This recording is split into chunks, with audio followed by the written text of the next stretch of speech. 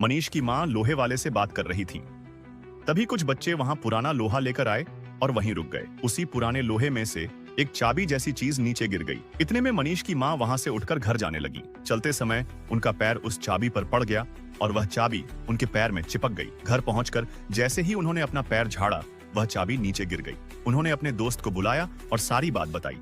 फिर ऊपर चली गई। उनका दोस्त भी अपने काम पर जाने ही वाला था कि उसे वह चाबी दिखाई दी। उसने उसे उठाकर सामने रखी मेज पर रख दिया। कुछ देर बाद मनीष आया। उसने देखा कि उसके अंकल आए हुए हैं। मनीष ने उन्हें बाइक की चाबी दी और तभी उसकी नजर मेज पर रखी दूसरी चाबी पर पड़ी। उसने वह चाबी उठाई और ध्यान से देखने लगा। तभी उसका ध्यान सामने रखे एक डिब्बे पर गया। उत्साह में आकर उसने वह चाबी डिब्बे में डाल दी। चाबी थोड़ी अंदर गई और अपने आप घूमने लगी। मनीष डर गया। तभी डिब्बा खुल गया।